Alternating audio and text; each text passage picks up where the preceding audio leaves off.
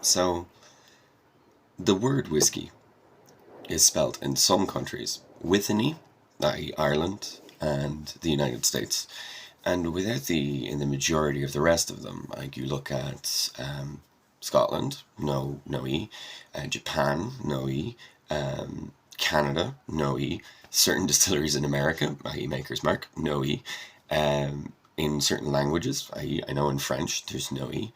So, where does this come from? Is big subject of debate. I've heard some people say the E in it comes from E for era, which is horseshit, and it's touristy bullshit that tour guides will tell people. To kind of really understand, you have to look back at the origins of where the word comes from, which is one of my personal things. I really like to do this because entomology is fascinating. Etymology, which one is the bugs and which one is words? I can't remember. But like, for example, the word cat does not make sense when you think about it in an objective way, because look at that furry little thing and think, how is this cat? Whereas the ancient Egyptian word for cat was meow, which makes sense because they're independent enough to name themselves.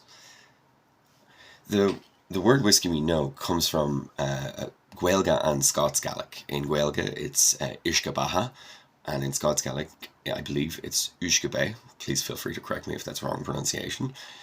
Um, that's from the Latin aquavitae, which is why we'll also see things like eau de vie or akavit all across the world.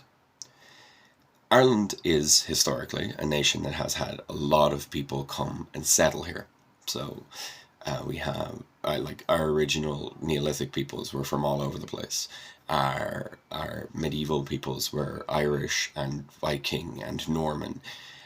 And when you have a lot of people with different accents, all kind of, you know, speaking the same language to each other, it does influence it. You, like my accent, for example, it's quite neutral because I'm from the Irish countryside, and I have a lot of friends in Dublin, and I worked as a tour guide, and I've acted for years. So my baseline is just kind of flat, very little to no inflection. I'm often called Canadian or American sometimes. So there's a good chance that, like, as this word is being said by all different peoples, you'll get things like ushka or ishka or fuishka, which is quite a common one to see out in the west in Galway. Then you've got ushka bay, which is like this thing people talked about that apparently Queen Elizabeth drank, and it was more similar to gin, but we don't have 100% concrete records of that stuff existing. So Ishka becomes whiskey eventually, probably sometime around 1600s, where everyone's accents are evolving. The Gaeilge you'll hear people speak in the West today, while it might be like very, very close to traditional Irish, is probably very different. A friend of mine has a theory that Gaeilge and Scots Gaelic, you'd actually roll your oars. And there's some stuff in the language to suggest that maybe that is how it is originally spoken, because languages and the way people talk over time does naturally evolve. Um, like, there are a lot of people like me who pick up accents as they go along. So when we come to like where the word whiskey actually concretely exists, we're talking 1800s, and we're also talking about a lot of people who aren't actually educated, people who aren't reading, people who aren't writing, but they're like carrying things on orally. So it doesn't matter to these people how whiskey is spelled. And then we've got the 1800s, the 1700s, 1800s, where pure pot still, or as it's known nowadays, single pot still comes into existence, and you have to differentiate that from traditional malt. So they think what a lot of distillers start to do is slip an E in there after the K, or it could be even as simple as, I like how the word looks better when there's an E after the K. And I know personally that when I look at the word, if I don't see an E in it, even if it's Scottish whiskey or Canadian, it does bother me. Like, it just makes more sense to have an E in there. Another theory about how the E got into whiskey deals with the rise of blended whiskey. So, back in the 1800s, when Ireland was part of the British Commonwealth, all you had to do to classify your whiskey as Dublin whiskey was have it stamped in the customs department in Dublin Harbour with an Irish customs stamp. So, let's say you're a cheapskate, you own a shitty distillery somewhere, you send your... I wonder if people can actually hear my housemate's cat screaming. But so you stamp your whiskey in the customs office in Dublin. You've made a blend that's cheap. You sell it as Dublin whiskey, no E, and people buy it and they're like, "Wow, this is terrible. I'm not buying from Dublin again."